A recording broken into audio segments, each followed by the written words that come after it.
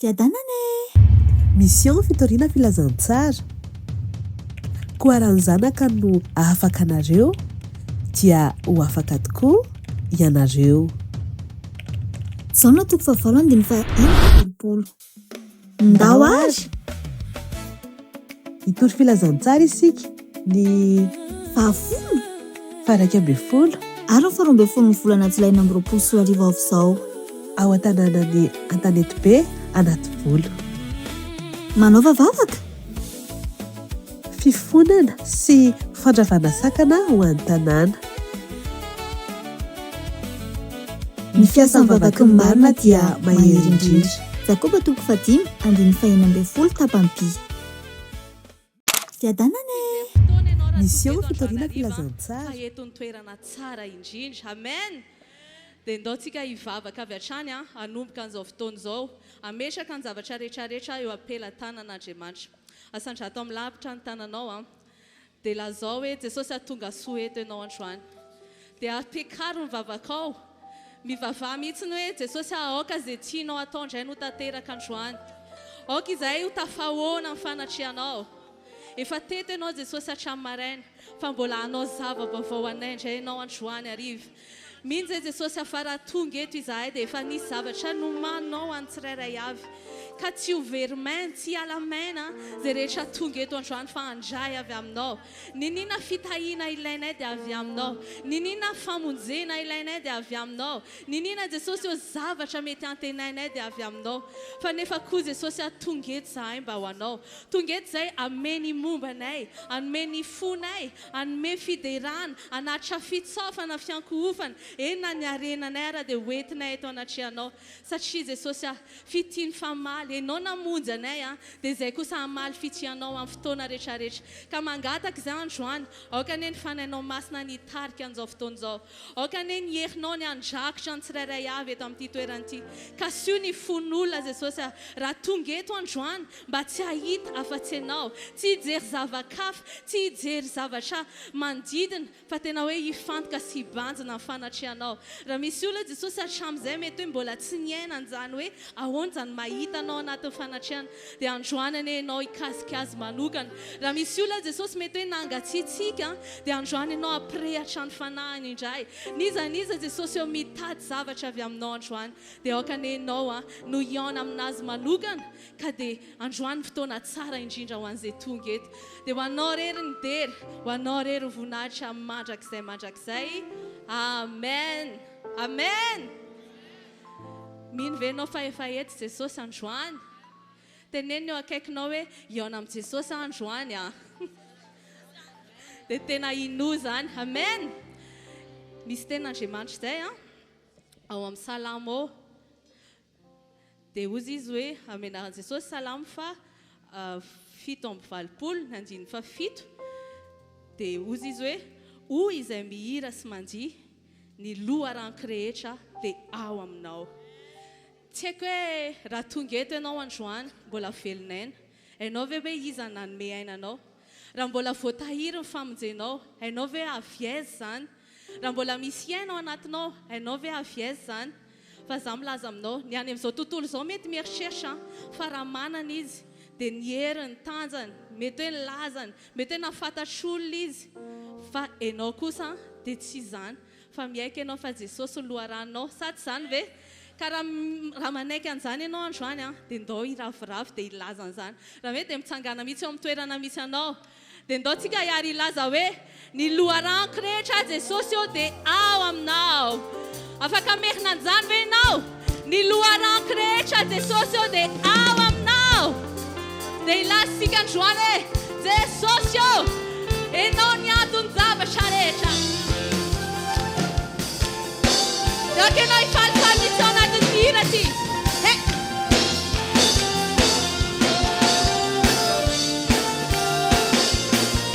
Olha. Manu Pascoal. Manu Pini Pascoal. Tentumbu itava. Angazambu ipakutena. Manu Pascoal diz muito. Azúcar, até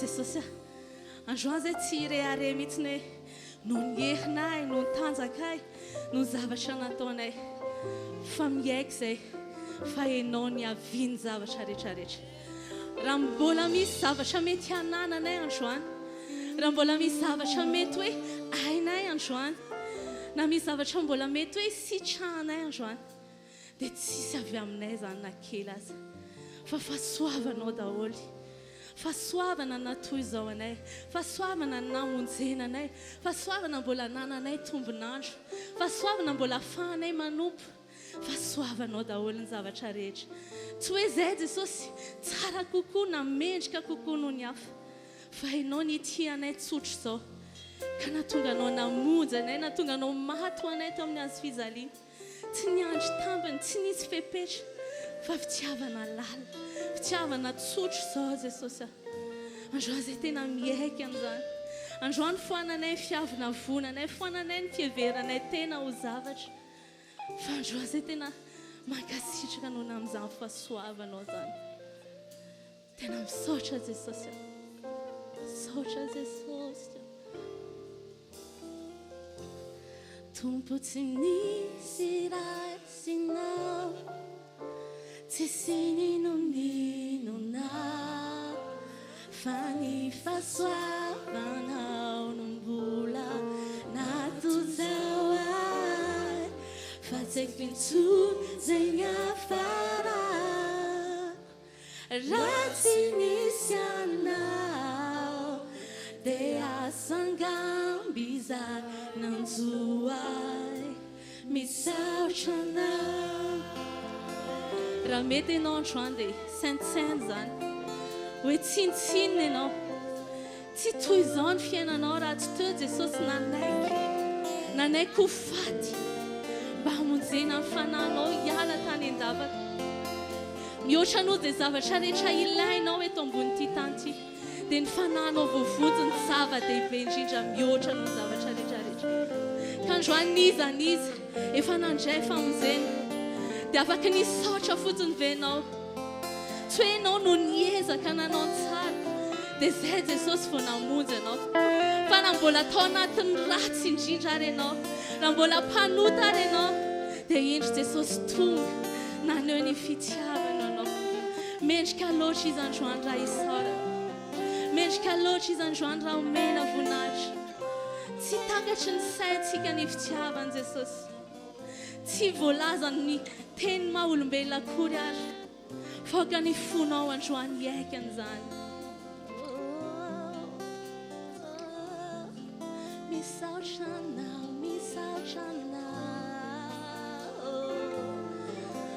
Tompo tsy misy raha sinao Tompo tsy misy raha sinao tsy sinona fa ny fahasoavanao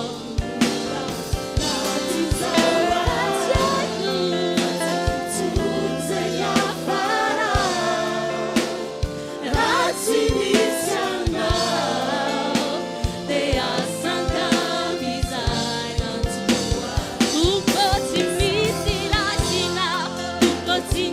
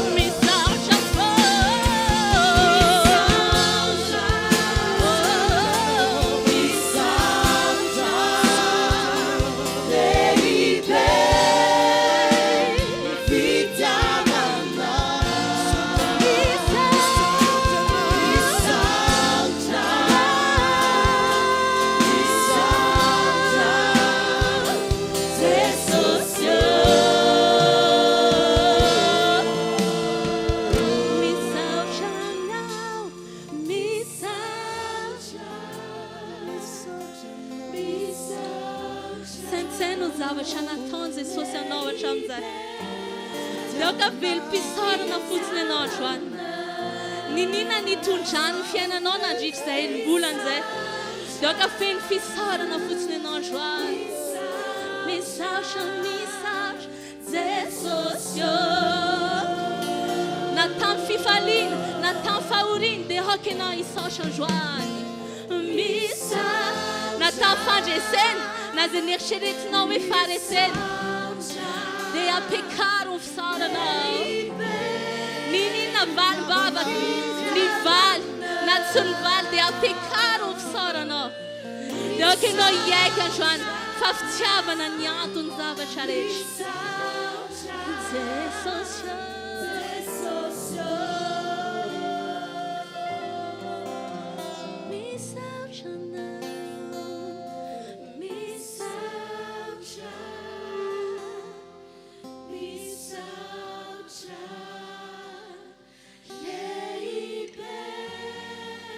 takatry ny sainay fitiavanao Jesosy.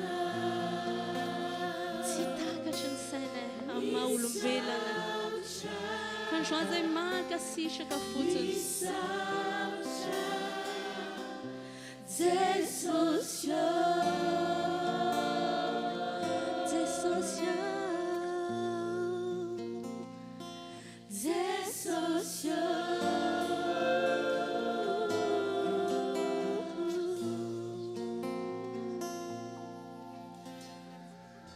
misy olona novonjen'Andriamanitra eto androany.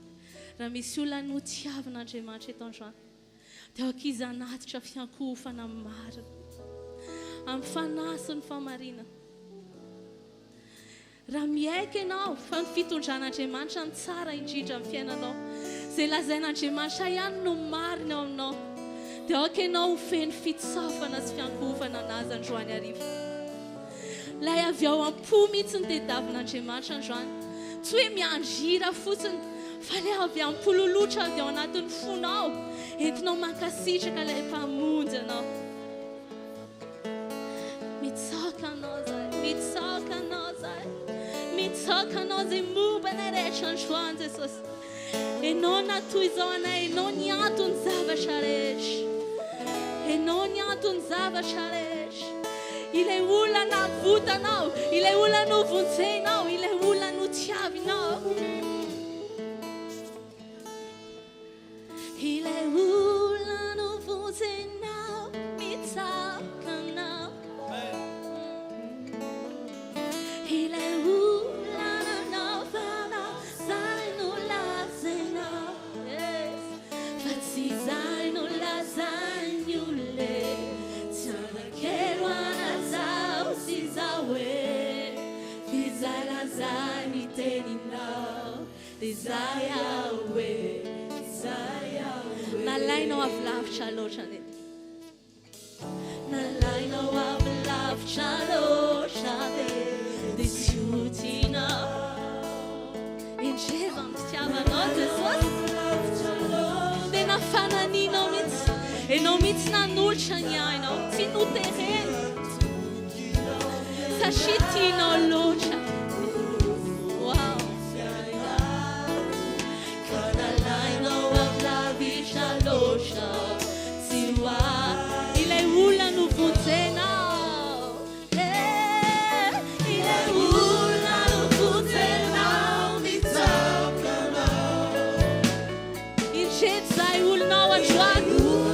Milay fo, milay fo. Mandatra sanao. No lazainy.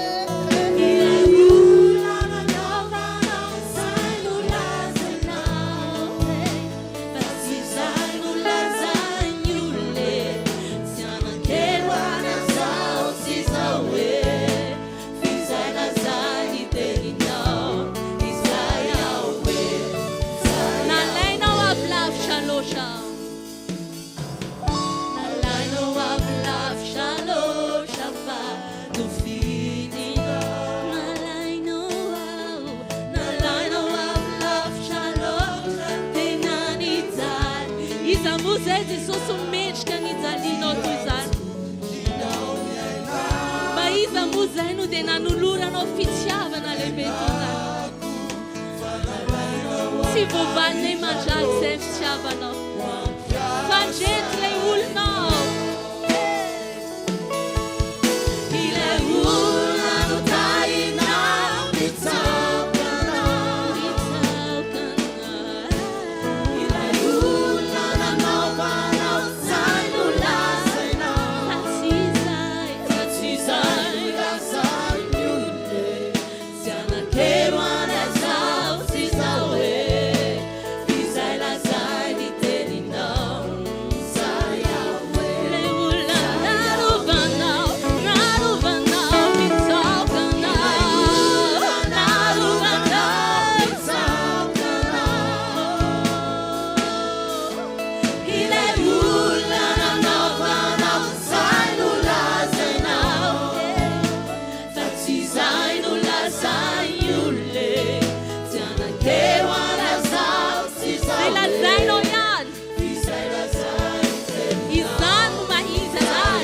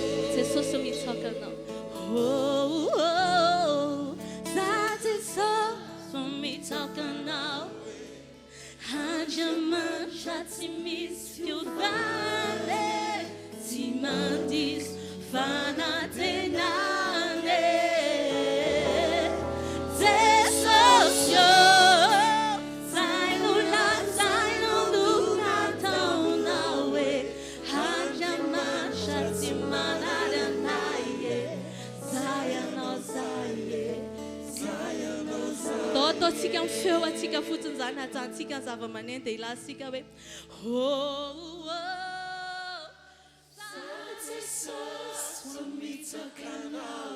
ny fonay rehetra Jesosy dia miaiky anao. Fa ianao no izy. Jesosy zay no lazainao no nataonao hoe Andriamanitra tsy manary anay. Zay anao zay. Ilay olona no kasinao mitsaokanao. Ilay olona no kasinao mitsaokanao. Ilay olona no vonjenao mitsaokanao. Ilay olona no vonjenao mitsaokanao. Ilay olona no tiavinao mitsaokanao. Yes. Ilay olona no tiavinao mitsaokanao. Ilay olona narovanao mitsaokanao. Ilay olona narovanao mitsaokanao. Fa tsy izay lazainy olona. Fa tsy izay no lazainy olona. Tsy anakero an'izao tsy izao hoe izay lazainy teninao. Izay hoe aokangina daholo tsika rehetra. Ny sitrapon'Andriamanitra tsy ny hoe namonjy ny fanahintsika fotsiny ihany, fa ny anokana antsika fitaovana eo an-tanany amonjy fanahy marobe eto amin'ity zao tontolo zao ity. Ny anafaka ny olona rehetra hialo anaty famaizinana mba hanatona ilay mazava. Noho izany nanao tevikasana Andriamanitra tsy toa fa handatsaka ny fanahiny eo amintsika izy mba ho vitantsika izay mission lehibe tian'Andriamanitra hatongavana izay. Aza mandaha miantso n'Andriamanitra ianao, miantso anao izy, miantso anao ny tompo. Fontsy mbola ary ianao dia efa fantatr'Andriamanitra ny fisianao. Fontsy mbola teraka akory ary ianao dia efa voatetrin'Andriamanitra ho amin'izao famonjena izao, ary indrindraindrindra ho amin'ny asa amonjena fanahy ny olona be dehibe. Amin'ny alalanao ihany koa no entin'Andriamanitra mampiseho ny heriny, ny fakakany, ny fanasitranany. Koa andao isika rehetra hivavaka, hanamafy ny falorantsika ny fiainantsika, anaika izay antso n'Andriamanitra izay, ary andray ny fanahy masina mba ho vitantsika izay hiraka andrany tompo antsika izay. Valio ny antsony, valio ny antsony, miantso anao izy, sokafa ny vavanao. Valio ny antsony, miantso anao izy, miantso anao ny tompo. Ary avelo ny fanahy masina ilatsaka aminao. Fa efa teny fikasan'Andriamanitra izany, handatsaka ny fanahiny amin'ny nofo rehetra izy. Fa azo hery isika amin'ny ilatsan'ny fanahy masina ao anatsika, ka ho lasa vavolombelon'i Jesosy eto amin'ity tanàna misy antsika ity sy ny manodidina ary hatrany am-paran'ny tany. Halleluja, halleluja, halleluja, halleluja. Andriamanitro, Andriamanitro, Andriamanitro, Andriamanitro, Andriamanitro. Miteranao, miteranao. Halleluja, halleluja, halleluja. Halleluja, halleluja. O ray malalo, ndreto izahay. Mamaly ny antsonao, ndreto izahay ho amin'ny asa fampona amonjena fanahy ny olona be dehibe. Noho izany dia tanterao aminay tefikasanao dia nandatsaka fanenao masina tena ameno anay, tena ameno anay, tena ameno anay, tena ameno anay. Halleluja, halleluja, halleluja, halleluja. Tompo hoe ho aminay fanenao.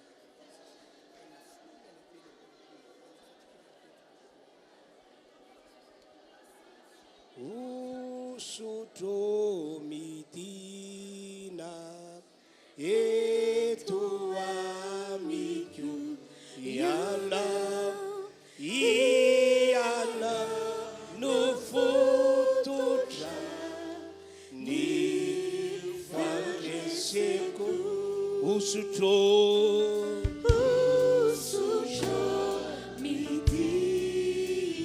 avialao ilatsika fanahy masina eo aminao, avialao ameno atsika rehetra izy amin'ny androany ity.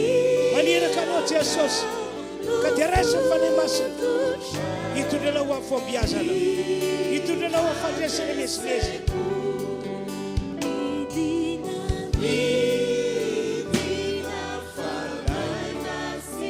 Amen.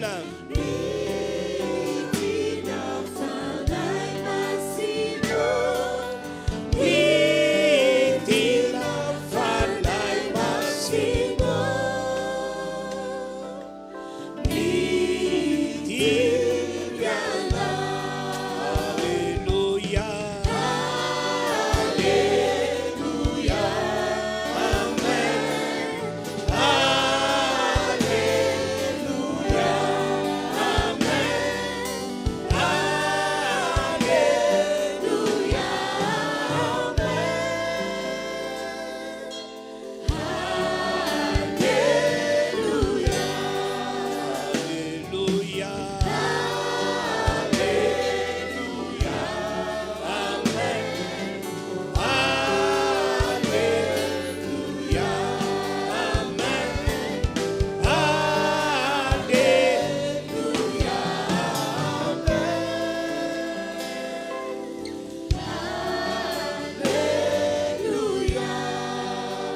toetrao eo amin'ny fonao tananao raha io efa eniny reto olona be deaibe reto ny teninao fa fontsy mbola ary akory izy dia efa fantatrao mbola tsy teraka akory izy dia efa niantso azy ho amin'ny fampony ianao ary nanendry azy ho amin'ny asa maniraka azy anao ankehitriny enony zany koa dia mivavaka aminao aho zay rehetra mamaly ny antsonao dia ho amarinonao ny teninao fa homba azy ianao ampahomby azy ianao ary hotainao manokana izy satria fanteny Jesosy fakatsao aloha ny fanjakako sy famarinana dia anampiko anareo zavatra rehetra lehibe mifamindramponao aminay amin'ny alala zao fiangonana izao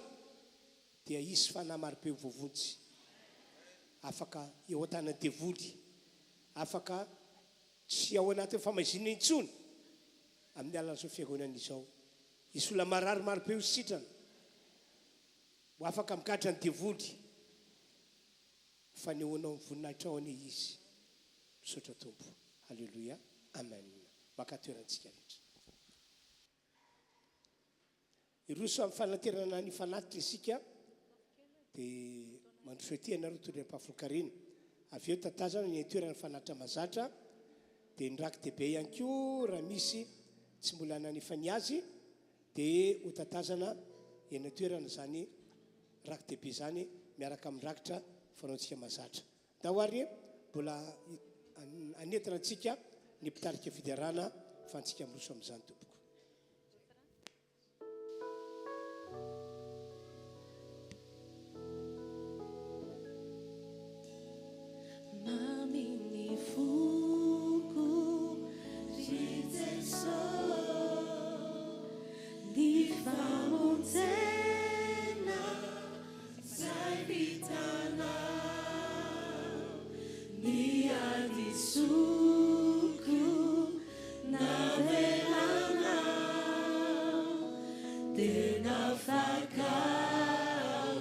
Mamini fuku rizeso.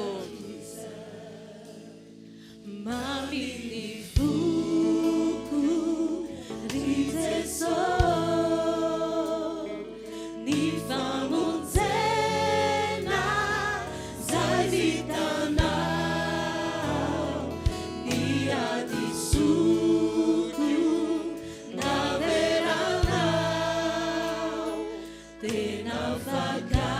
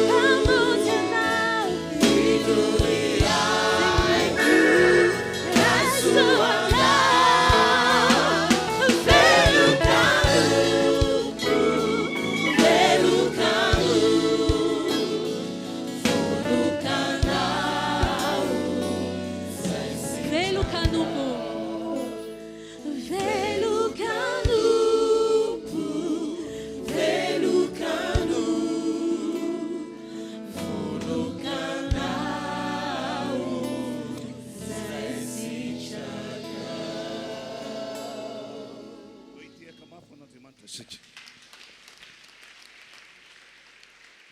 Mariky ny fifandraisan-tanana dia mariatsika amin'ny alalan'ilay fanompoana, amin'ny alalan'ny tehaka mafy ny fifandraisan-tanana.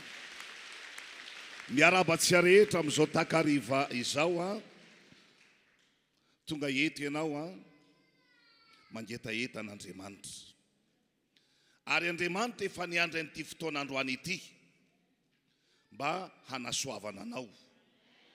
Dia hoy aho hoe ninninona androany no manin'Andriamanitra ho anao, dia inoko fa hahasoa, hahatsara ary hampahomby anao a izany rehetrarehetra izany. Andriamanitra mantsy ry havana dia ny ao am-pon'Andriamanitra mandrakariva dia isika mandresy isan'andro. Zay no nahatonga ny teniny hoe fa isaorana ny Andriamanitra izay manome atsika ny fandresena amin'ny alalan'i Jesosy Kristy. Izany hoe isan'andro dia tian'Andriamanitra mibata fandresena foana ny rahalahy rehetra. Vitsivitsy moa ny rahalahy eto. Isan'andro dia tian'Andriamanitra hibata fandresena foana ny ranabavy rehetra.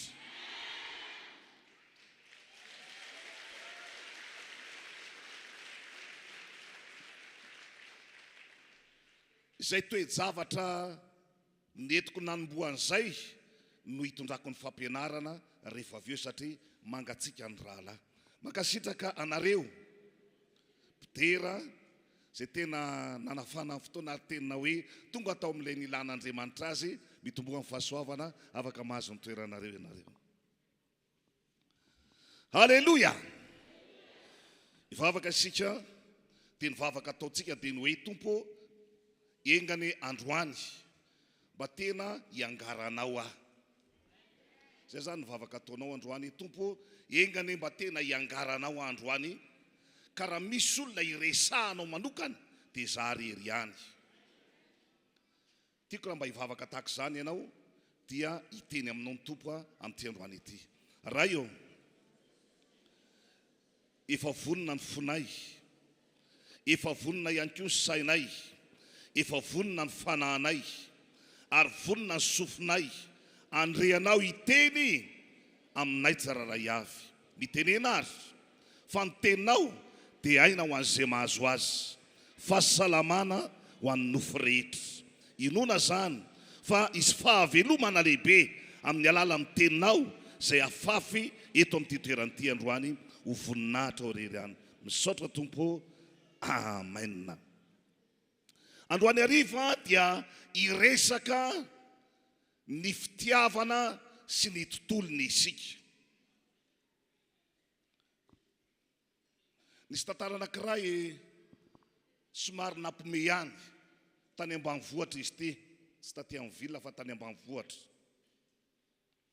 Tamin'ny fetin'ny ray teo, tao amin'ny fiangonana anankiray, dia niaraban'ny fiangonana ity mopera anankiray hoe miarabanareo ray mpianakaviana rehetra nahatratra izao fetiny ray izao. Dia nampingikely hoe ny tena moa tsy niteraka.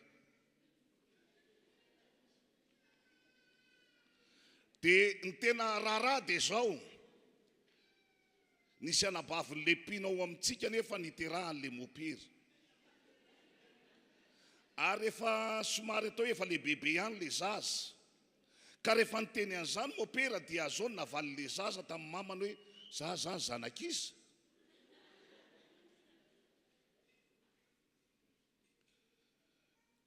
Tsetsatsetsatsyatra ihany iny mba entiko ohatrany hoe anokafana ny sainao, anokafana ny fanahintsika, satria hiditra ao anatin'le resaka hoe fitiavana sy ny tontolony isika.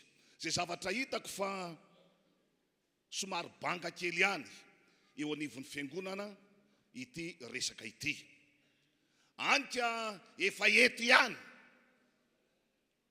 Zay vao misy ny afatrafatra madinidinika hoe efa ireo nareo, efa tsy azo tohanana tsony ianareo, efa tsy azo atao ininina tsony ianareo. Dia tsy nisy mihitsy zany taridalana tany aloha hoe eo amin'ny firy-taona moa zany ianao tokony hanambady.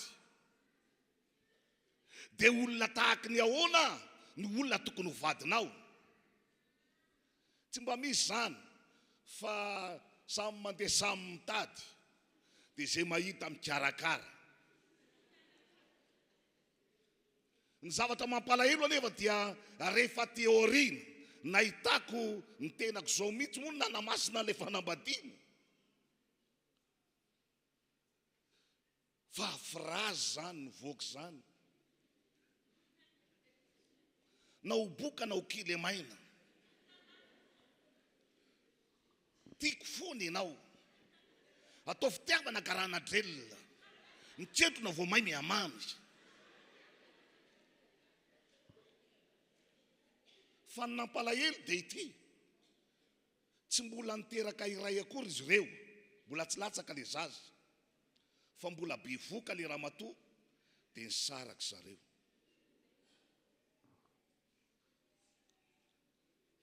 Etiko ilazana aminao hoe tena zava-dehibe. Ary raha ohatra ka natao filazana na apetadrindrina hoe izany no ampianarina eto androany tsy atony ity trano ity.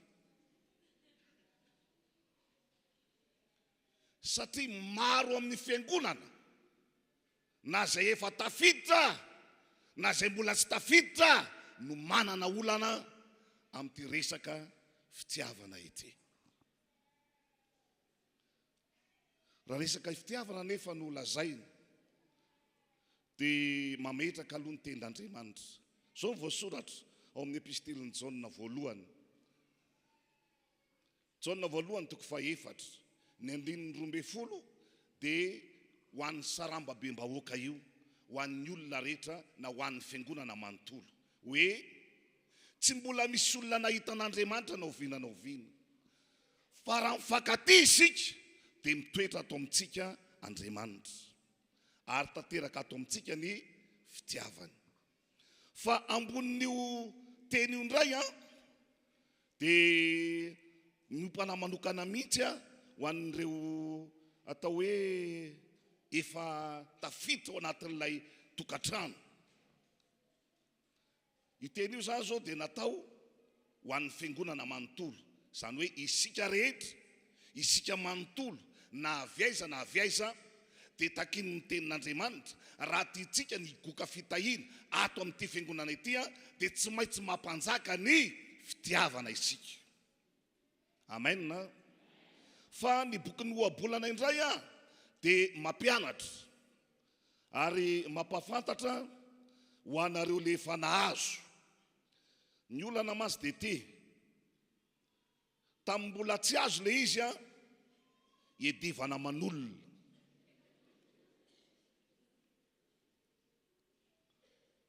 Tamin'le mbola tsy azo le izy ny adivana manolona.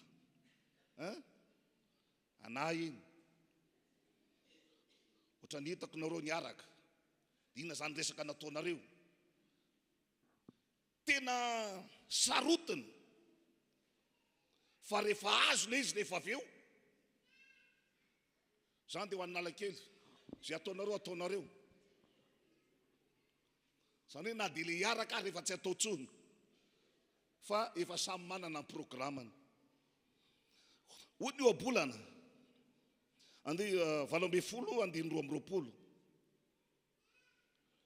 dia ny 7:14. Izay lehilahy mahazo vady dia mahazo zavatsoa sady mahita sitraka amin'ny Jehova. Trano sy arena no lova avy amin'ny ray fa ny vady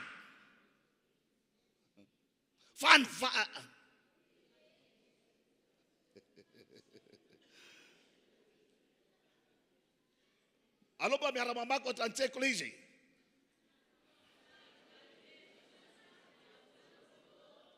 Amen. Za mino fa tsy misy nitady vady adala.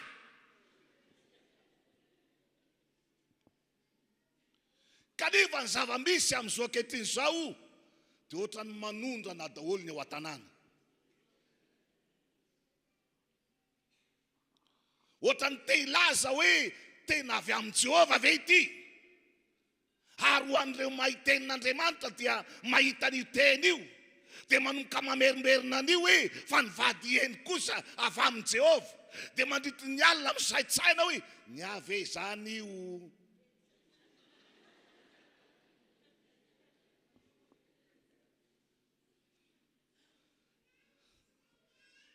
Ho an'lefa nazo resako eto aloha hoe nenay zany io inona, aveza zany io raha io toetran'io.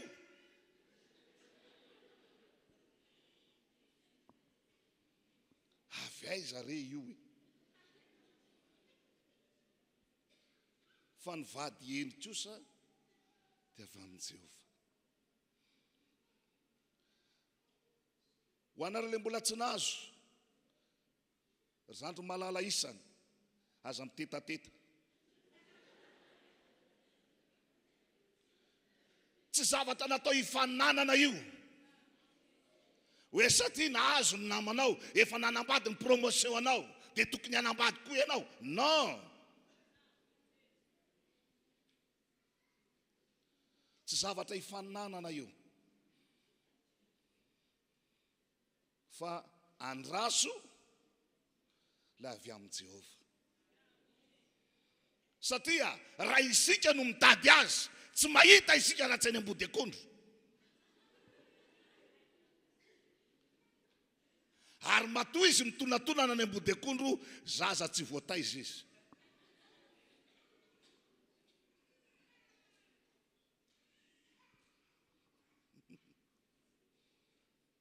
No zany mitandrema tsara, tokatrano eto ny resaka, fitiavana eto ny resaka.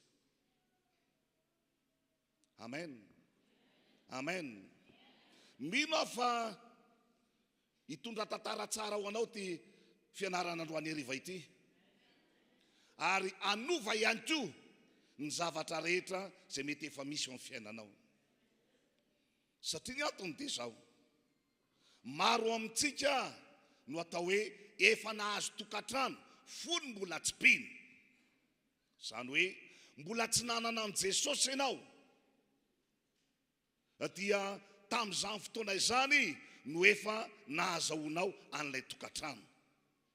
Ary eo indrindra no antony tsy maintsy hizarana amintsika, satria izany toe-tsaina izay mamatotra antsika izany, ohatra araka ilay nambarako teo hoe avy aiza zany ny anay ty, tsy maintsy vahany zany. Satria ny fipetrahany zany ao anatin'ny sainao isanandro dia mety hitarika anao, na ihany koa hoe mora amin'ny Satana ny hamitaka anao hoe satria io tsy avy amin'ny Jehova. Fa le mijerijery anao ao am-piangonana sady ny vavaka be iny avy amin'ny Jehova.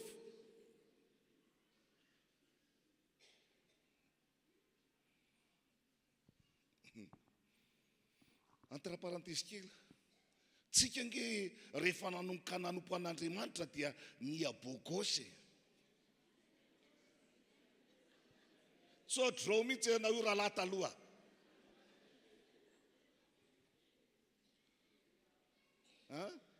Fa rehefa nanomboka manompo an'Andriamanitra isika dia miabogosy.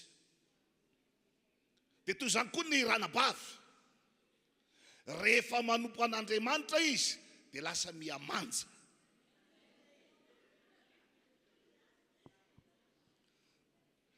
Dia izay le tena hitandremana, satria rehefa nanomboka nanompo ny tompo ianao dia lasa niamanja ianao, dia lasa marobe, be dia be ny misioka. Ary misy efa tsy misioka atsony aza fa androany hariva izy efa miandry indray, dia anatitra anao. Dia misy faliny izany, misy mpanatitra isanandro, misy mpanatitra isanandro.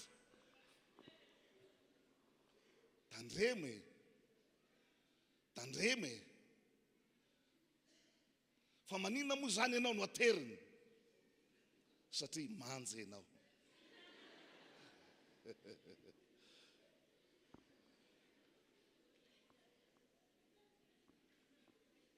iverenako amin'izay le tantara.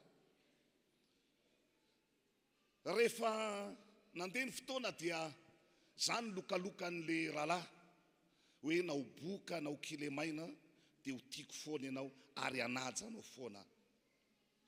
Atao fitiavana garanadrelona ka ketrona izay vao tena miamamy. Bevoka le ranabavy dia ny alana. Inona ozy ianao ny antony natonga azy niala? Satria hony tsy zanany ny ao akibon'le vadiny.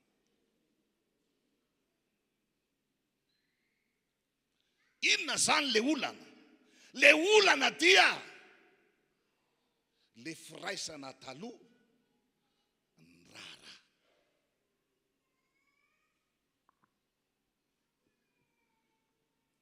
Le firaisana taloha ny rara.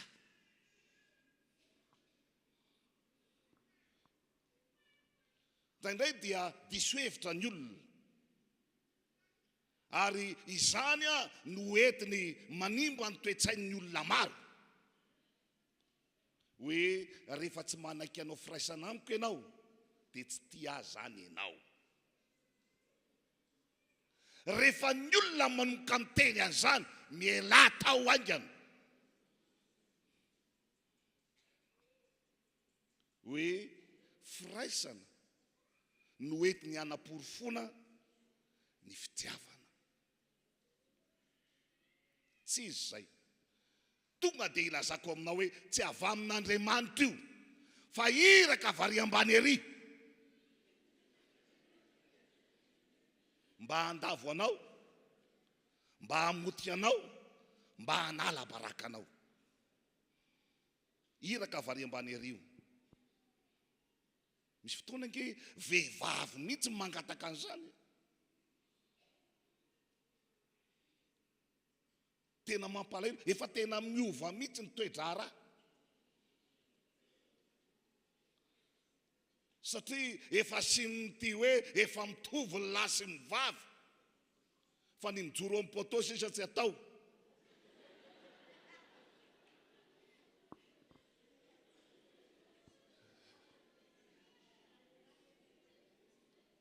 Ka izahay na vehivavy azy dia manana zo angataka an'izany. Efa tena miova. Ka zao no afatra rahalahy. Satria lehilahin'Andriamanitra ianao. Ananan'Andriamanitra vision tsara ianao. Manana programa tsara ho anao Andriamanitra. Izany vady zany tsy maintsy ho azonao foana zany. Izany tokantrano zany tsy maintsy ho azonao foana zany. Satria nahoana Andriamanitra mihitsy ange ny resy lahatra an'izany fa tsy ianao e. Hoe Genesis toko faharoa andininy 12 miteny hoe ahoana ozy? Entiko ilazana aminao hoe ianao kalma ianao. Mila kalma tsara. Tena ekole miakaiky ianao raha kalma tsara ianao a. Mila kalma tsara. Aza misavoambona, aza taitaitra. Satria nisy nanao pipipipipa lavabe tamin'ny sabotsy na tamin'ny Alakamisy. Dia eo koa ny areroviny. Aza taitra amin'izany. Fa izany tokantrano zany, izany fanambadiana zany, tsy maintsy omen'Andriamanitra anao zany. Raha hitan'Andriamanitra fa izay ny tena mety aminao. Fa rehefa fantatr'Andriamanitra moa fa tokony ho Paoly apôstôly eto an-tanàna ianao dia ekeko zany.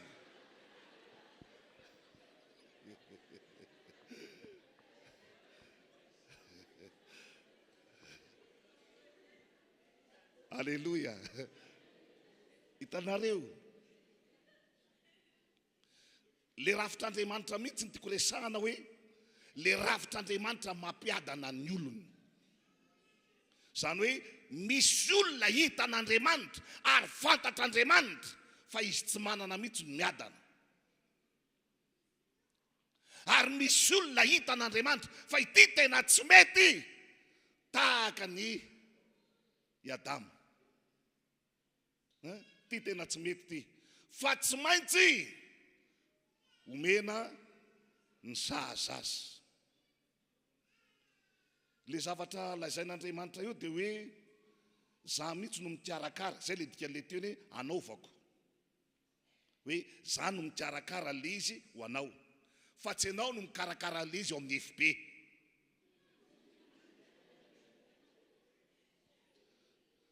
Mampalahelo fa ny tanora ankehitriny dia lan'andro tena lany fotoana. Amin'ny 12 sasany alina mbola tsy matory.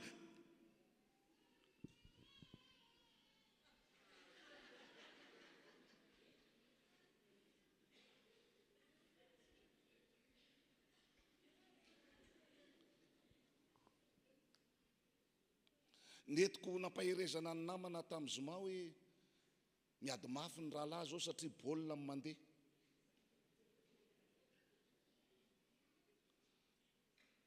Fa nananarany vadiko le izy. Zay le mahatsara le manambady aloha le izy. Misy mpananatra anao raha vao manaonao foana. Satria tamin'ny 12 alina le baolina tiako jerena. Fa tonga ny tamin'ny 12 taitra. Jery baolina eo za rery.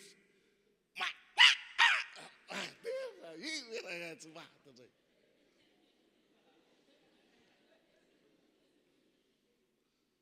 Ny vadiko anefa manana revay izy. Isaky ny amin'ny 12 alina izy mifono vavaka. Tentenenina inona zany manaka ananao tsy RHEFI amiko io fa ianao kay mahavita amin'ny fo amin'ny 12 alina ihany.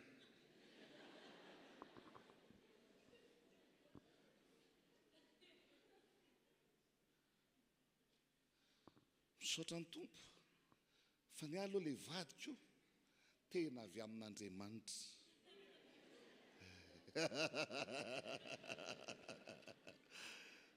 Tena tsisy kianina avy amin'Andriamanitra.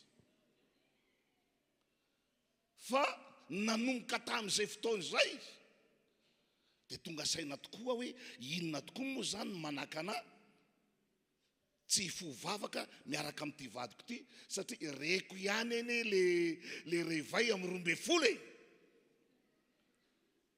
Reko eniko ihany le izy. Fa za mieritreritra hoe anazy zany. Fa isorana n'Andriamanitra ny devoly dia nanao an'ity mondial ity mba hahatonga ny rahalahy rehetra tsy ampitoromaso fa anisany nanangana hifivavaka amin'ny 12 alina indray io.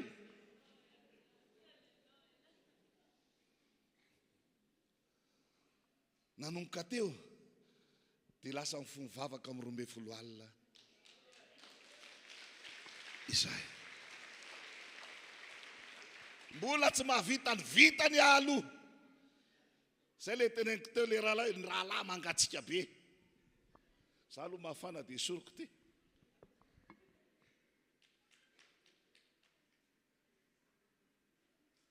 Nandeha ny amenina ny rahalahy teo fa ohatrany tsy eny mihitsy. Dia fivavaka. Fa misaotra ny tompo aloha efa mahavita aloha na dia otako hoe adiny ray latsaka fefany dia efa sy tadidiko hoe amfiry aza amin'ny fo zany. Ary le mifoa eo amin'le toerana ny vavahana.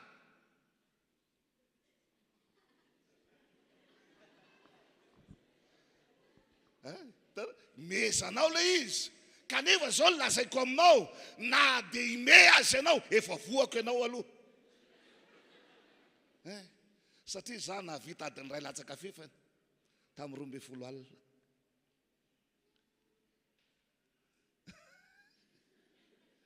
Inona tiako resahana? Mila mizatra. Le matamako efa tena zatra le izy. Tena zatra, efa tena ao tsara. Fa za mbola mamolaka. Nanomboka tamin'ny mondial vao manomboka. Halleluja! Raha ny rahalahy rehetra tonga eto androany hanomboka hifo amin'ny 12 alina miaraka amiko hivavaka.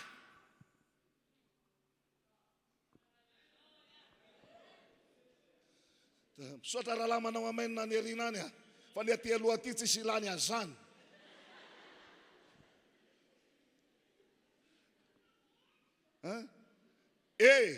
Fotoana izao anamboarantsika ny fiainam-pitiavantsika, ny fiaina-tokantranontsika.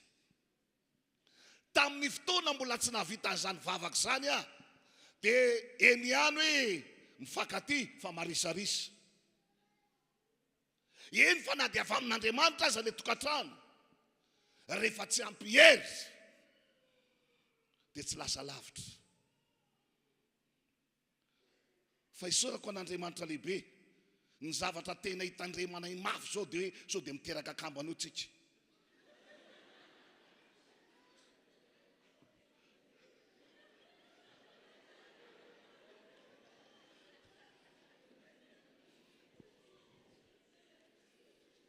Azonao le tiako lazaina, lasa tena ny fo le fitiavana.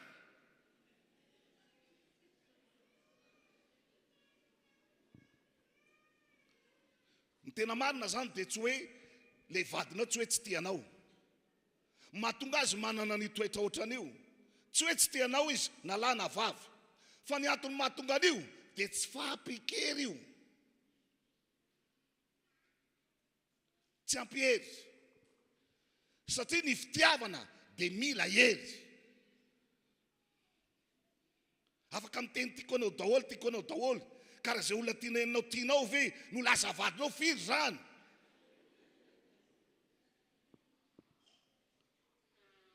Fa ho an'izay nanjakan'ilay hery tamin'ilay fotoana nanana hery be ianao, ka niteny tamin'ny olona anankiray hoe tiako ianao ary tena foko rehetra, manana frazy ngeza be rehefa manana hery. Dia tsy mandà mihitsy ilay anankiray, eritreritra fa tsy miandry rapitra iny, rehefa avy eo ihany, eny ary. Fa ho an'ireo tsy ampihery dia mitanisa an'izao verset tsisy rehetrarehetra ao, omeko anao ny lanitra, tany ray dia tsy anananao.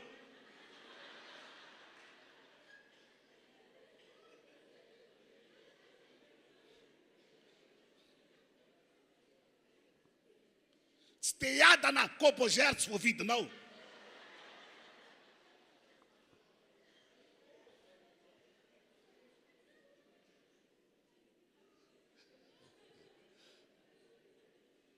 Halleluja.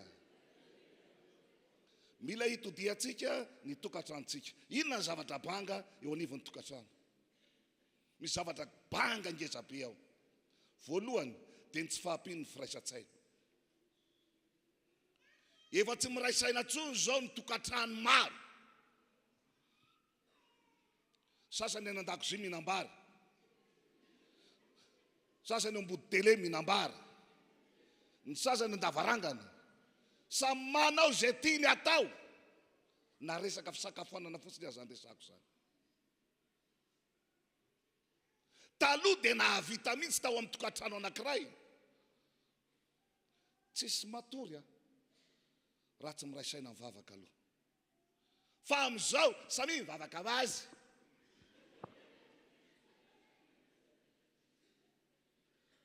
Dia ianao ve fa mieritreritra fa kiala fara hivavaka eo?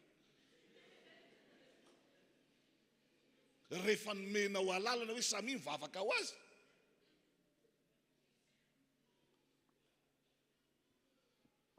Dia mieritreritra ianao vidada fara anao azany. Lefa raha mivavaka iny rehefa tsy any okizay efa lama loatra. Fa sanginy zao tsy afa manoatra izy, satria firaisan-tsaina le izy. Dia io le mahatateraka le tenin'Andriamanitra tao amin'ny epistiliny Jaona hoe rehefa mifankaty isika ao amin'ny tokantrano anankiray, dia manina ozy izy? Manina ozy? Ao amintsika Andriamanitra, zany hoe voalohany indrindra, dia tsy tokony ho avoaka hiala ao amin'ny tokantranontsika Andriamanitra. Anisan'ny fiazomana an'Andriamanitra ao amin'ny tokantranontsika ny firaisan-tsaina sy ny fanehoana fifankatiavana. Inona moa ny antony mahatonga ny olona ao anatin'ny tokantrano anankiray miaritra fotsiny sisy? Tonga amin'ilay teny hoe tokantrano fa ahaka ny ampanasa lamba ihany. ao tokatrano mody hoe tsy ahaka fa ny ampiasana ahaka ihany ny nareo tsy haiko fa ny anay zany a so ihany fa anareo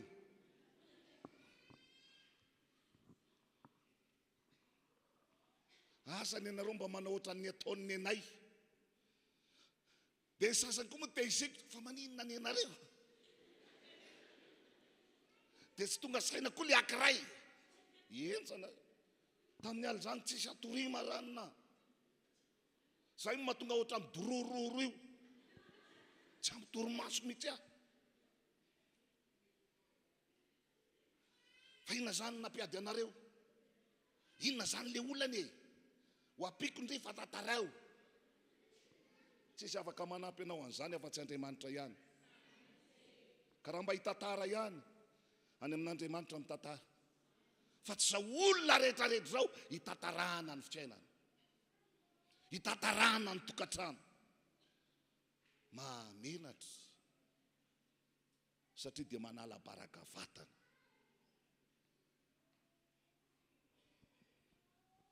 ka raha ohatra tianao ho avotana le tokatranonao mbola misy fanafody tsara zay azonao raisina azonao tanterahana tsara ka hiverina amin'lohan'ny ray ny tokatranonao amen voalohany mila azomin'Andriamanitra amin'ny alalan'ny firaisan-tsaina atsangano ny vondrom-bavaka isa-trano isan-kariva na isa maraina raha ohatra zany misy maromaro ianareo amin'ny tokatrano anankiray dia manomboka atsanganao ilay vondrom-bavaka ho fanehoana fa ao Andriamanitra amen ray zay faharoa dia aoka manomboka androany mba hay hifankasitraka ny lehilahy sy ny vehivavy io manko anisan'ny zavatra banga ngeza be ihany ko io tsy mahay mankasitraka efa ny sasan'le raha matoa daholo mibakiraro ny rehetrarehetra fa misy anankiray adino dia le anankiray adino no ilana vanina le madio atsy efa misy 5 fa misy anankiray tsy voasasa dia le anankiray tsy voasasa ny ilana fa magay zany masonareo hoe fa atovy hoe tsy hitanareo hoe efa jamba akonganareo hoe mandeha daholo zao frazy rehetrarehetra zao frazy mandratra ny olona hafa tsy mba mahay mankasitraka mihitsy ny amin'ny zavatra rehetrarehetra tsy mbola nisy mihitsy asiko aloha inoko fa ao ambadiko ty fotoana ity zao vanoka isy hianatra amin'izay hoe misaotra anao ny karakara ny sakafo androany fa tena matsiro fa na io sakafo io azy rehefa matsiro le izy dia tsy akiteniteny zay ihany no heninao eo fa raha vao misy zavatra atomika kely ohatra be sira izy tsy maintsy miteny izan'andro ante sira tsy vidina nga izy ty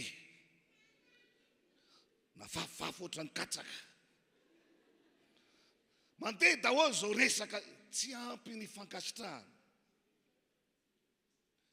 mila mianatra mahay mankasitraka ny ankonatsika isika le zaza efa mba tena reraka efa mba tena manao ezaka be mihitsy navitany an'le tsakarano fa mbola tsisy na dia mba anakiraiza nankasitraka azy misaotra kia fa tena mba niezaka ndi nahazo rantsika androany tsisy zany fianatsaka androany fa mania zany le manabe ohatran'izao ny raha ny tanàna ny azy ndray le rano mandeha eraky ny tanàna ny olana haririna fotsiny ohatran'izao ve ny rano mahaiza mankasitraka mianara mankasitraka amen amen za mananakizy mpamahanakisoa dia misy fotoana mandalo mijery an'le kisoa dia hitako hoe nona be le izy dia miezaka ny tena satria zay le mahatsara an'le mpitory-teny ianao ihany ny verena an'izy rehefa avy eo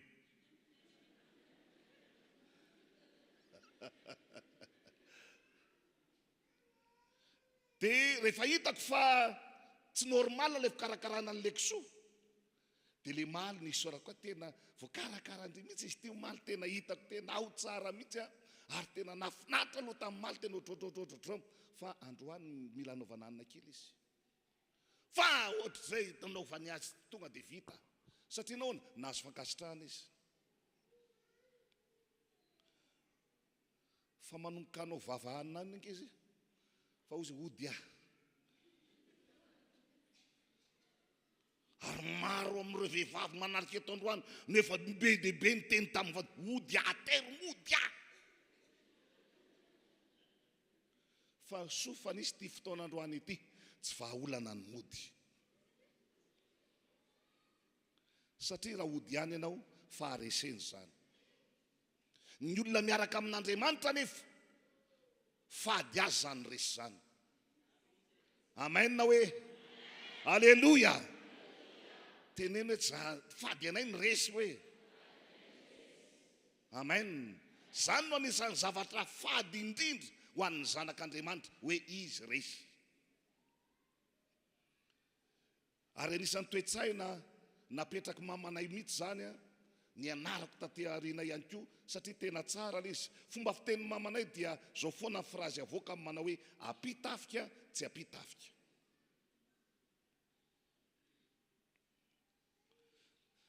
Zany hoe tsy miala eo amin'ny laharany miaramila ianao na iza miala na iza tsy miala.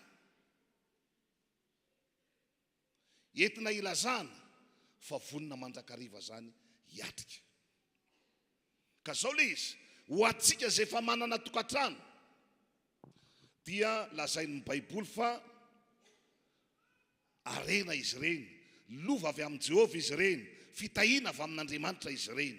Ianao manambady io zany na zavatsoa ianao, rehefa mody ianao androany dia zao no eto mody tsy maintsy ataonao raharaha ianao tonga eto androany na anabavy ianao tonga eto androany misy eto mody tsy maintsy ataonao dia mandeha mikarakara ilay zavatsoa ao an-trano. Inona ny zavatsoa indrindra amin'ny fiainanao dia ohatrany ahoana fikarakaranao azy. Dia mila ataonao an'izay zany io rehefa tonga any an-trano ianao hoe tonga ity misy zavatsoa atao an-trano ato teto ny nataoko le izy. Ohatra hoe ambony seza salon izy mipetraka amin'ny tsenanao teto le izy nataoko dia miara-mipetraka amin'eo ianao dia ataovy le devoir. Devoir voalohany mankasitraka azy ianao. Faharoa tsy tohizana fa hainao tsara ny tokony ho tohany. Fa zany efa zavatra bangy efa tsy ampy zany zavatra zany ary maro ny tokantrano efa sakarava tamin'izany resaka bijou.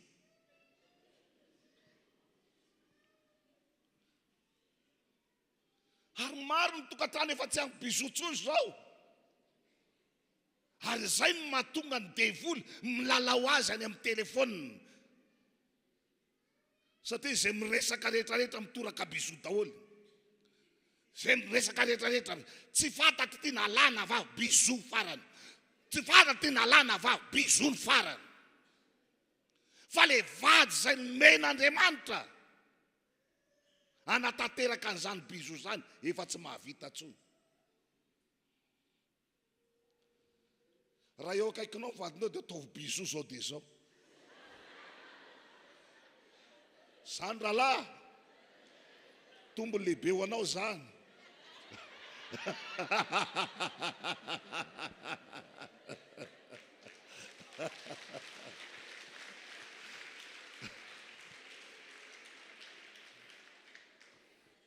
Fa ho anao zay tsy tonga teto izy tsy maintsy fitainao zany vao miditry ny varavarana ianao.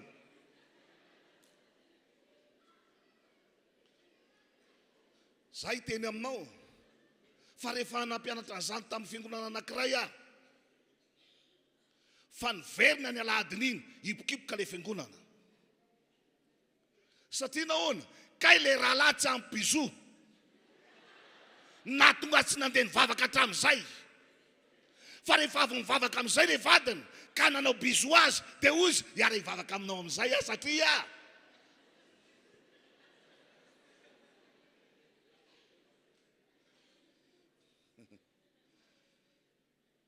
Zany hoe misy fotoana zany isika mihitsy no sakana, isika efapino mihitsy no sakana, mahatonga ny ankonatsika tsy mandroso. Satria dia mitomano pastera latsaka fefany daholo rehefa avy mivavaka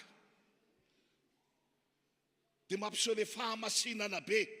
Inona zao nataonareo tato? Lamba ny alako tato no mbola lamba mipetraka mifanina. Mikabary. Tsy fantany hoe io le olona mijanona tonga mbola namafa tokotany, mbola nandrehatra afo, mbola nandeha niantsena, mbola nanao an'izao. Fa le lamba tsy mipirina, zao ve mba ataonareo ato? Inona zao natao tato? Manino ty lamba ity? Teto ty ny alako, mbola eto ty anverina.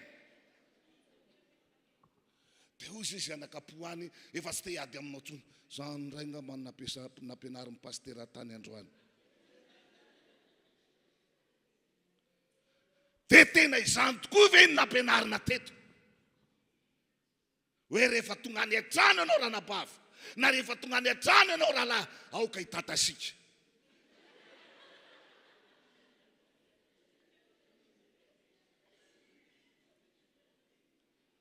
Fa mino ho anao zay efa manana tokatrano, na manahoana ditra ny vadinao, na adalany ny vadinao, na everinao hoe mafiatoka aza izy. Fa raha vao tanterahanao lay lalàny ny tokatrano. Amen. Misy lalàny ny tokatrano, misy lalàny io tokatrano io. Halleluja. Ianareo vehivavy, Efesiana 5:5.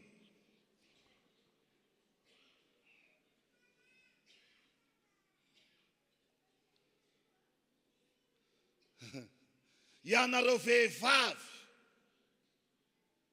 ianareo lehilahy.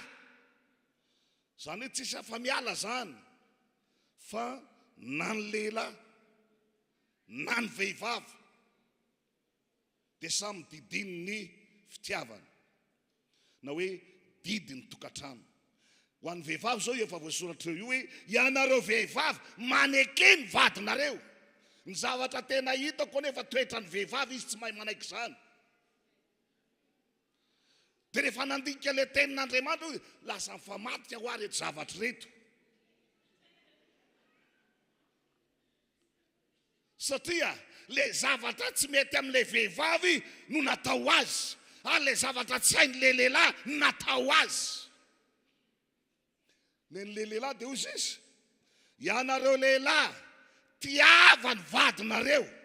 Lehilahy tena tsy mahay maneho fitiava zany, fony izy tanora ihany mahay an'izany.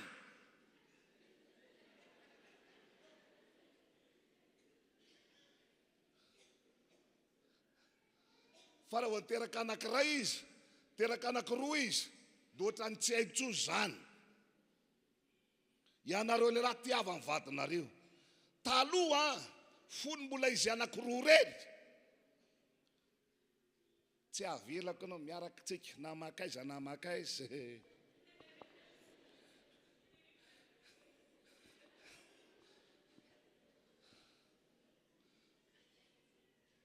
Faly mihitsy raha matokely tamin'izany, ka na misy mijerijery tsy raha nefa anahy zay rao fampitatana. Fa rehefa tato arina niova ny raharaha, indrindra rehefa nanomboka ny zaza anankiray tonga, mitaiza, manasa lamba, mahandro sakafo. Za aloha misaotra an'Andriamanitra lehibe, ny zavatra tena isaorako an'Andriamanitra dia ny hoe za nataon'ny lehilahy.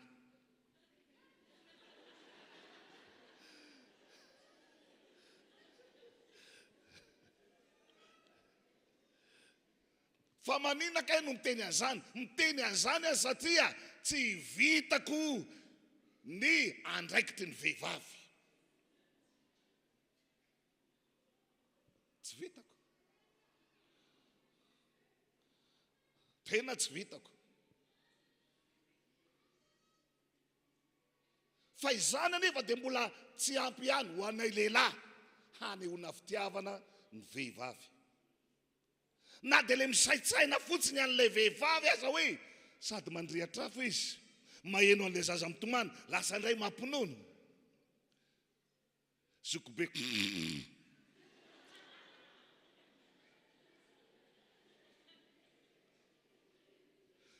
vita ny fampinonono lasa indray aloha manaraka tsara le sakafo ary vita le sakafo foasina fotsiny dato vita ny sakafo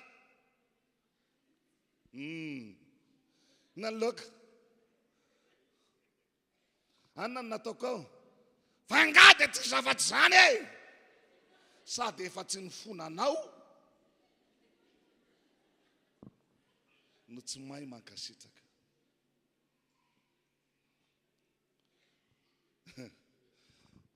amin'ny mahazanak'Andriamanitra atsika dia ampianarin'Andriamanitra itsika mahay mitondra tena ao anivon'ny tokantrano.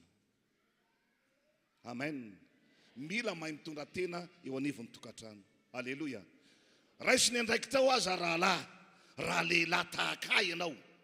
Za zao efa tsy andiko mihitsy zay hodiny. Za eto efa sika falifaly aho hoe tonga pastera tina toy zako io za zao nitendren'ny papa fa kay tsy laza aloha manao azy. Aleluia. Mba raha asehoko anareo ngamba ny mesazy ny fampiresahana ato dia ozina fa nareo ve mbola vao mifamofo e?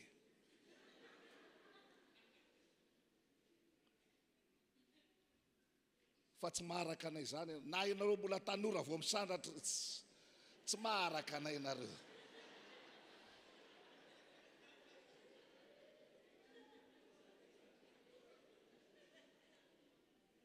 Tena mifankaty zay. Tena mifankaty. Inona ny antony? Satria zay sampitoro teny dia mahalala tsara ny atao hoe sitrapon'Andriamanitra. Ary zay no mahatonga manentana anao ry tanora aza mitetateta. Kaiko izy nge lava be ny kiraro ohatrany tena tsisy manana ohatran'izany matsokotsoko fa iny ihany ny andakany ianao rehefa avy eo. Iny mahataratara sy mahataraikiraiky anao iny kiraro matsokotsoko be iny.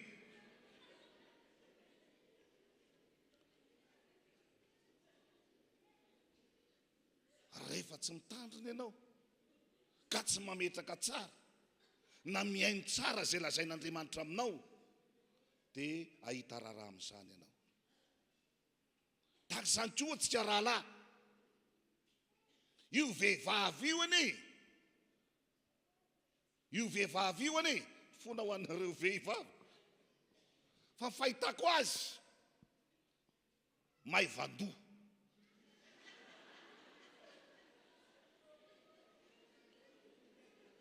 Fona tompoko. Inona mahatonga miteny azany raha vao misy olona maherihery vaika mandresy lahatra azy zany tokoa e.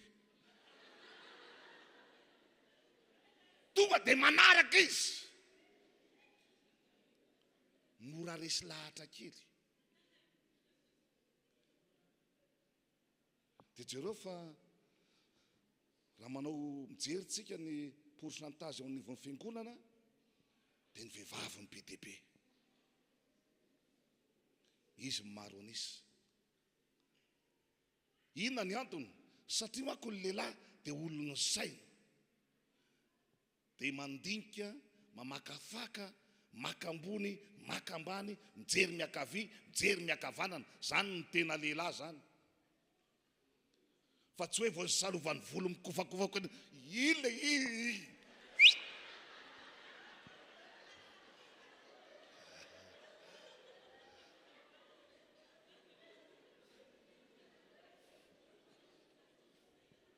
dia ahoana izy dadazily antitra voabe ka ny tsara misy foana. Misy voateraka zao any manja kely.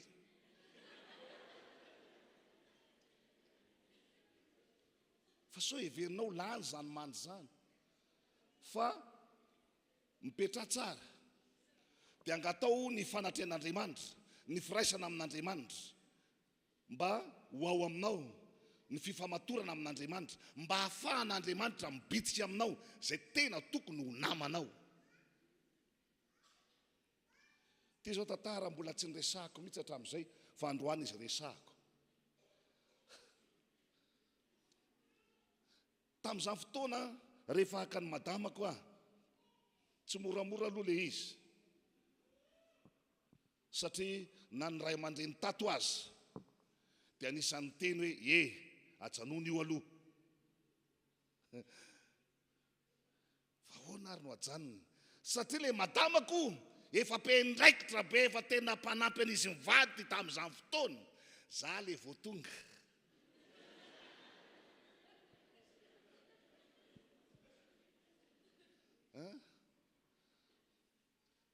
ny akanjo tena tiako fanaovana tamin'izany satria tamin'izany nalaza zany ny tena hoe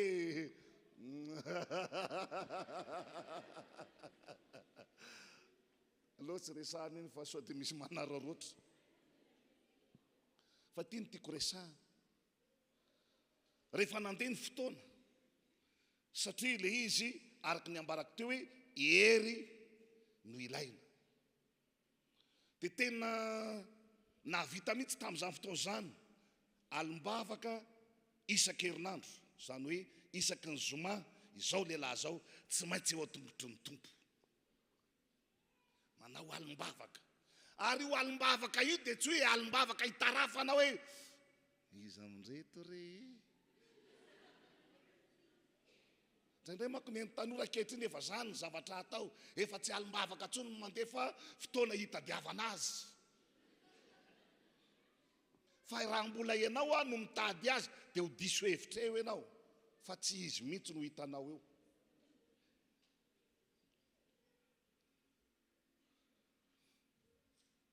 Dia tamin'izany fotoana izany tena amin'ny finoana no le herin'Andriamanitra sy le herim-panahiny tena tamin'ny alalan'le vavaka be. Dia ozy izy ny tao atokantranonay na nirinify aza ny akoho tsy mahazo an'izany alahy. Za moa le tery mamandera hoe mafimafy zany ny ataka dia hoe na nirinify aza ny akoho fa za zao zany efa nampanirinify ny akoho. Satria iny izy vavolombelona nareo azoko soma tsara. Kanefa ny tao ohatrany na nirinify ny akoho tsy azonao, zany hoe nijery le fiainana sy le fanompoana, le ankiray efa tena lasa lavitra be amin'ny fanompoana, ny anankiray vao manomboka vato ariana miazakazaka manaraka. Dia hoe tsy afaka hiaraka mihitsy nareo fa zao zavatra anankiray ambarako aminao. Rehefa tsara ny toe-panahinao miaraka amin'Andriamanitra dia Andriamanitra mihitsy ny mamaty ny tantara rehetrarehetra mba ho anao. Tsy ianao no manao ny ezaka rehetrarehetra fa Andriamanitra mamaty ny tantara rehetrarehetra. Dia tamin'izany ano efa nanomboka mpaminany. Aleloia. Mahatonga miteny samy teny aminay mpaminany satria zay lazaiko tanteraka, zay lazaiko tanteraka, zay lazaiko tanteraka toy izay mpaminany zany. Dia zao ny teniko tamin'ny tao tokantrano, iny ny renin-janako zay nefa amin'io mbola tsisy resaka akory hoe zao na zao izy mbola tsy namaly hoe eny na tsy fa ozy ako matsy ny tao atokantranonay, iny ny renin-janako.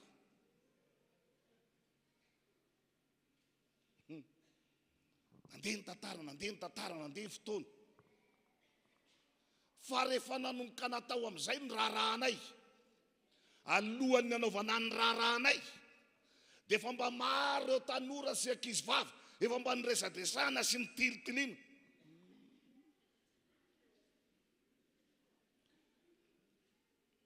Fa ireny dia nianjona,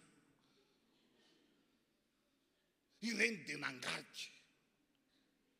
Fa rehefa natao amin'izay le raharaha, notsongony izy rehetrarehetra.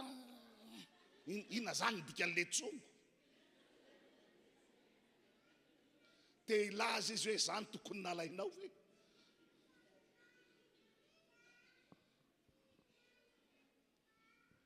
Fa isorako an'Andriamanitra lehibe fa tsy niova hevitra mihitsy ary teo anatrehan'Andriamanitra dia tena nijoro tamin'ny fahamasinana. Amen. Vita somatsara ny raharaha. Fa natao anatin'ny fanaovana ny raharaha azy. Zay le nahafantarana fa avy amin'Andriamanitra le izy. Olana goavana be tao anatin'ny Géralda 1994. 5 mars 1994. Géralda tamin'izany. Olana goavana. Ny tena amin'ny fotoana io tsisy dia tena vola be manahoana fa rehefa Andriamanitra miasa tsy misy mahasakana. Zay le avy amin'Andriamanitra zay milamina foana io mandra-pahataterany. Ka raha tianao ilamina mandra-pahataterany andraso le avy amin'Andriamanitra fa aza maimay. Faharoa ho atsika zay efa ao anatin'ilay tokantrano tiatsika hovaina araka ny sitrapon'Andriamanitra mba tena hoe harena avy amin'Andriamanitra le ao atokantranontsika dia manomboka izao asehoany mahazava-dehibe azy sy ny fisiny ao amin'ny tokantranonao. Ohatra nisy tsy mahazo zany. Asehoy ny mahazava-dehibe azy sy ny fisiny ao anivon'ny tokantranonao.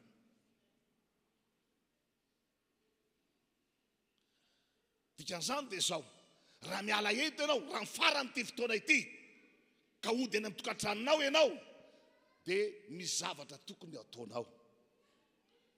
Fa tsy hoe, dada, faizana zany, jery télé, tena mandeha aho. Eny mety tsara ihany zany, tokony ho atao zany. Fa lay présence anao mihitsy no ilaina. Hoe ohatra ny ahoana ny endrika hoentin'izany ny olona avy mivavaka zany.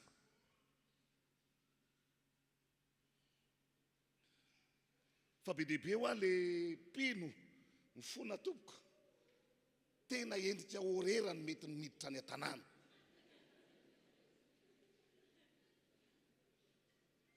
Tsy endrika manome voninahitra an'Andriamanitra. Endrika tena hoe mahatonga an'Andriamanitra mitsoaka mihitsy aza fa tsy momba azy.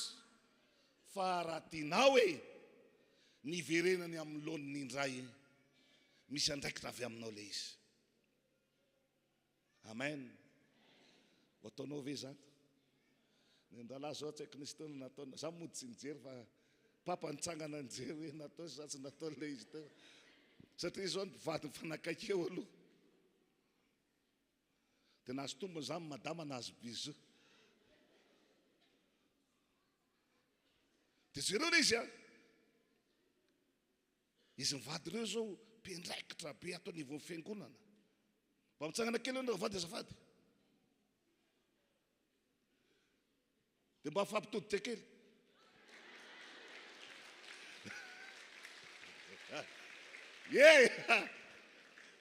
Mpiandraikitra be reto a. Ary reo dia miseho telefony reo. Ary dia efa fantatro ny olona hoe ity avadin'ny leranga ty. Dia ity avadin'ny ty ramatoa ty. Reo zany zao ohatra reo.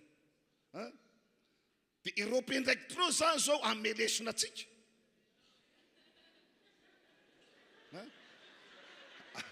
Amelesona.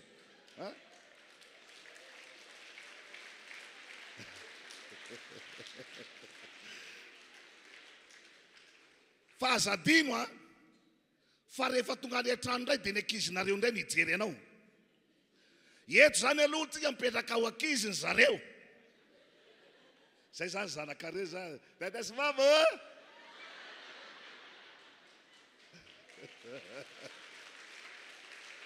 Mba asehoy aminay hoe fifankatiavanareo.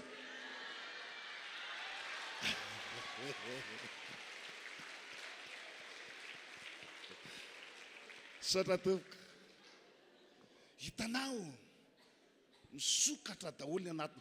Tsy ianao ary nanao an'ilay bizo, fa ianao misokatra faly mihitsy any anatinao rehetrarehetrany. Maika fa ianao mihitsy no hanao azy. Tsy maintsy hiala maina amin'izay midevoly le mpanakorotana rehetrarehetra tao, hiala maina amin'izay izy. Satria fantatrao ny tokony ho ataonao. Dia ianareo tanora, tsy hoe mahita ny reny dia mba ataoko angiana koa ny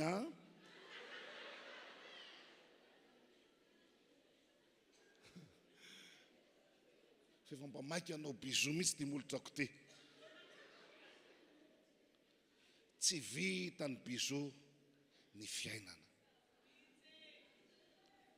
Teny antsika tanoa maromaro tonga hita androany sorako ny tompo. Tena manamasina ny tenanareo an'Andriamanitra. Tehirizo madio eo anatren'Andriamanitra ny fiainanareo. Fa anana ho avy tsara ianareo raha voarainareo tsara izany tenin'Andriamanitra ifampizarana aminareo androany zany. Tena manana ho avy tsara ianareo. Amen. Mety aheny feo nareo atoato. Satria anomboka ho ainao amin'izay ny hitondra tena. Tsy andany andro mandritra ny alina amin'ny Facebook. Fa mba hanao tahaka ny pastera kokoa raha misy fotoana andeha hivavaka. Amen. Zany nampianariko ny vady koa hoe rehefa misy fotoana malalaka tsika da hivavaka. Farakaraky ny nanaovana ihany zany. Saotra an'Andriamanitra. Na dehibe aza amin'ny mampiady. Ty zao misy tantara anankiray. Tsy maintsy lalovana moa zany. Zay vady nanao asan'Andriamanitra nandritra ny tontolo andro. Nanomboka maraina parivany andro. Tokotokony tamin'ny telo teo. Andeha hody zay vady eo ambany tranonay. Dia mifanena aminay rangahy anankiray. Dia ozy izy le rangahy. Paster, efa ty sady ianao. Desako, fa taiza no hitanao? Hitako teny mahazo ianao mifampitatana tamin'ny vehivavy borovolo.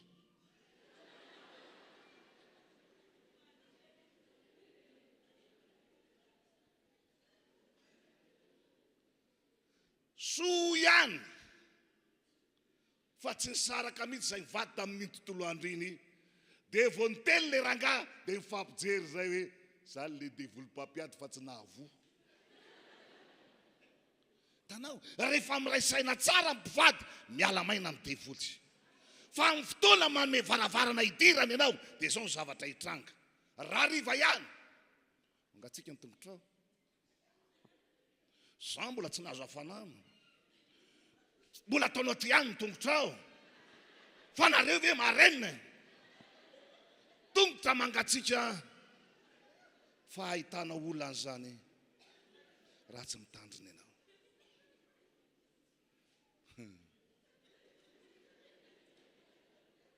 Fa nga mijanona eo.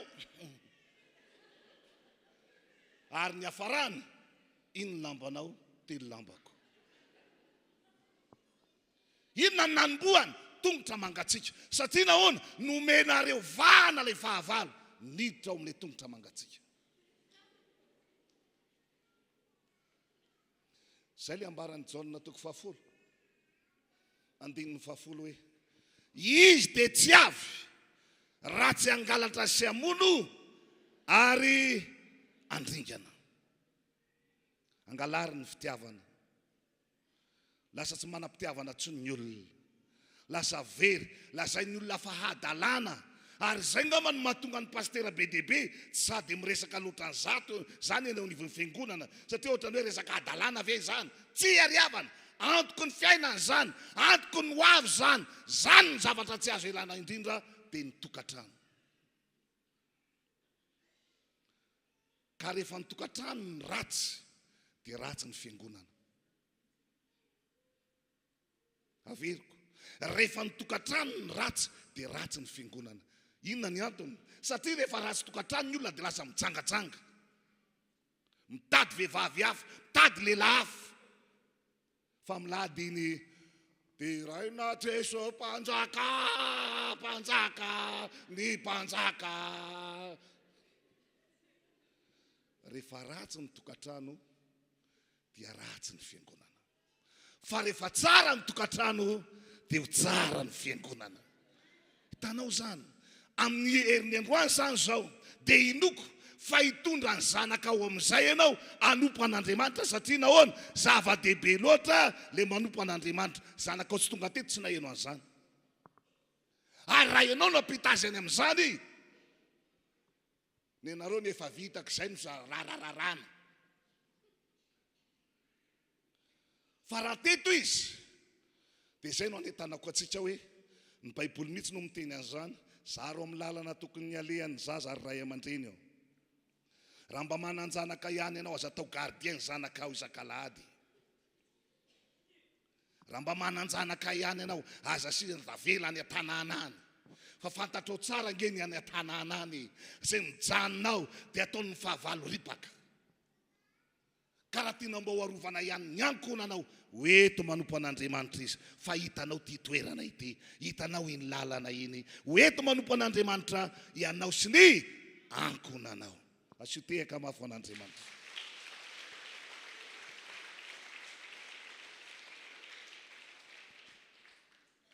Trano sy arena nolova avy amin'ny ray, fa ny vady eny kosa dia avy amin'ny Jehova. Raha hoentina ao amin'ny tompo io, tsy maintsy manova an'io Andriamanitra. Tambatambazo izy. Za mahita raha misy lehilahy, raha misy olona malefaka dia ny lehilahy. Vehivavy tena mazantoa.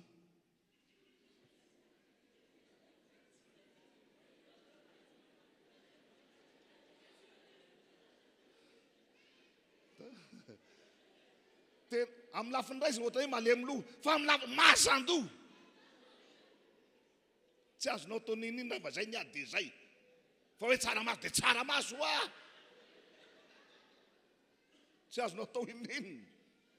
Tsy maintsy manaky ihany farany sisany lehilahy. Ay, zay zany. Mazandoha vehivavy. Zay no nahatonga le mpiaroka nanao le fampitahana hoe raha misy lehilahy sy vehivavy mijoro eo samy tsy omena hanina mandritra ny andro hafatesany dia ny lehilahy maty voalohany.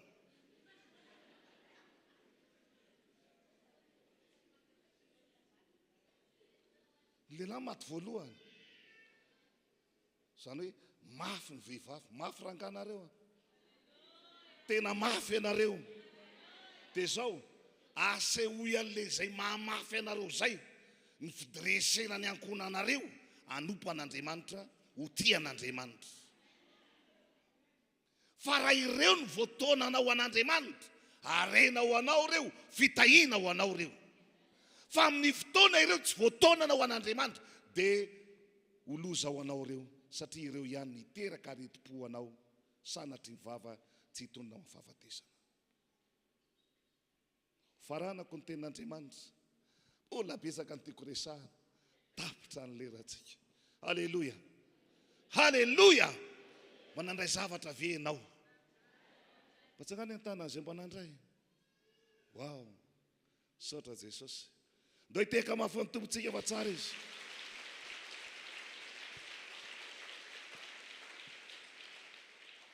Manomboka amin'izao an'io zao dia mino afa tena hijoro ho lehilahy mpanompon'Andriamanitra ianao, hijoro ho vehivavy mpanompon'Andriamanitra ianao, ka ahitondra tena tsara eo anivon'ny ankonanao, mba ho filazan-tsara eo amin'ny toerana na ny tokantrano na ny tanàna izay misy ianao. Amen, amen. Engane mba haeny vaovao tsara ao ambadika izao fotoana androany izao. Engane mba handray fijoroana vavolombelona tsara ao ambadika izao fotoana androany izao. Ka ianao sy ny ankonanao no hiatra an'izany voalohany, handray an'izany voalohany, ho tanteraka aminao sy ny ankonanao any izany teny firaritsoa izay ambarako izany hoe ianao sy ny ankonanao dia ho vonjen'Andriamanitra, ianao sy ny ankonanao ho fitaovana eo am-pelantanan'Andriamanitra. Ary maro ny maso mijery anareo ho resy lahatra, maro ny vava zay nanalabaraka anareo hikombona, satria manomboka androany dia hanova ny tantara. Tsy hoe Andriamanitra no andrasantsika hanova ny tantara. Zany ianao biso zany hoe Andriamanitra io ataovy biso, fa ianao le manao bisoany. Fa sao dia misy miantso an'Andriamanitra indray tonga any Tompo, aiza ianao? Fa ianao miezaka. Amen. Ianao no miezaka. Dia ho an'ny tanora ao ambadika ity fotoana ity, be dia be ho an'ny isioka. Na rahalahy ianao, tsy maintsy isioka zany fa za tandremo tsara.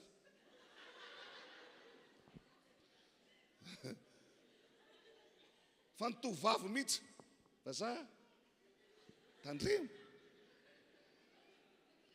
fa voaray zay ny afatra raha tianao ny anana ho avy tsara raha tianao nanana tokantrano avy amin'Andriamanitra marina mipetra tsara toy izy tsara mifampona rehefa tsara mifamponao an'Andriamanitra mandamina ny rehetrarehetra na ny fanaovana ny raharaha zany tsy ianao miasa saina an'izany Andriamanitra mandamina ny rehetrarehetra toa dia milamina ho azy daholo io rehefa avy amin'Andriamanitra mbola tehiteny foana loha hiara-hitsangantsika sotra an'Andriamanitra raha natsapa ny teny taminao ny tompo androany raha tsapanao fomba ny teny taminao Jesosy androany dia mba tiako hisokabava hisaotra azy ianao amin'izao fotoana izao raha io misaotra anao androany fa na dia vojavava tsy mahay mandahateny azy dia mba nekenao ho fitaovana iasanao teto amin'ity toerana ity androany misaotra satria izany rehetra zany dia avy aminao ary zany rehetra zany matoresana eto dia ho tombotsoa ny fanjakanao ankehitriny Andriamanitra mamindrafo aminay tsararay avy na iza androany mety misy aminay tonga eto androany tena hoe manana programa manokana ho amin'izany kanefa dia noho ny fitiavana ianao dia nafony zany programa zany ary rehefa nafony zany programa zany dia niteny taminy ianao androany engane tompo mba tena ianao ny tantana azy ianao ny hivimbona azy ary ianao ihany koa no hiaraka miaro azy amin'ny lafiny rehetra mba ho voninahitra ianaranao ambarako amin'ny anaran'i Jesosy Kristy tompo fa izao fiangonana izao dia fiangonan'Andriamanitra ary ny sitrapon'Andriamanitra irery ihany izany no tanteraka eo amin'ny fiainany tsararay avy afato ny devoly zay mamitaka ny olona roana amin'ny anaran'i Jesosy rehefa nampijangajangana roana amin'ny anaran'i Jesosy roana amin'ny anaran'i Jesosy mila hiditra ao zany fa rehefa tsy roanao zany tsy maintsy hanafitra anao zany roay fanampijangajangana tsy hamely anao tsy hanafitra anao roay amin'ny anaran'i Jesosy amin'ny anaran'i Jesosy tsy ambinina tsy manan-kery tsy manam-pahefana rehefa namamitaka rehetra rehefa namamitaka rehetra miala amin'ny anaran'i Jesosy miala amin'ny anaran'i Jesosy miala amin'ny anaran'i Jesosy Kristy afatotra Satana tsy ambinina tsy manan-kery tsy manam-pahefana afahanay ny tenanay amin'ny anaran'i Jesosy Kristy tompo misaotra raiko midera ny laza ny voninahitra ao anao ifanoatra amin'ny talondraka ao mandrakizay amin'ny anaran'i Jesosy amen teka mafy ho antompontsika rehetra to mission fitoriana filazantsara koa raha ny zanaka no afaka anareo dia ho afaka tokoa ianareo zao no toko fahavalo andiny fa ipolopolo ndao azy hitory filazantsara isika ny fahafolo faraika amby folo ary faharoa amby folo ny volana jolaina amby roapolo sy arivo avy zao ao an-tanànany Antanety be anaty volo manao vavaka fifonana sy fandravana sakana ho an'ny tanàna ny fiasan'ny vavaka marina dia mahery indrindra Jakoba toko 5 andiny 1 ambin'ny folo tapam-by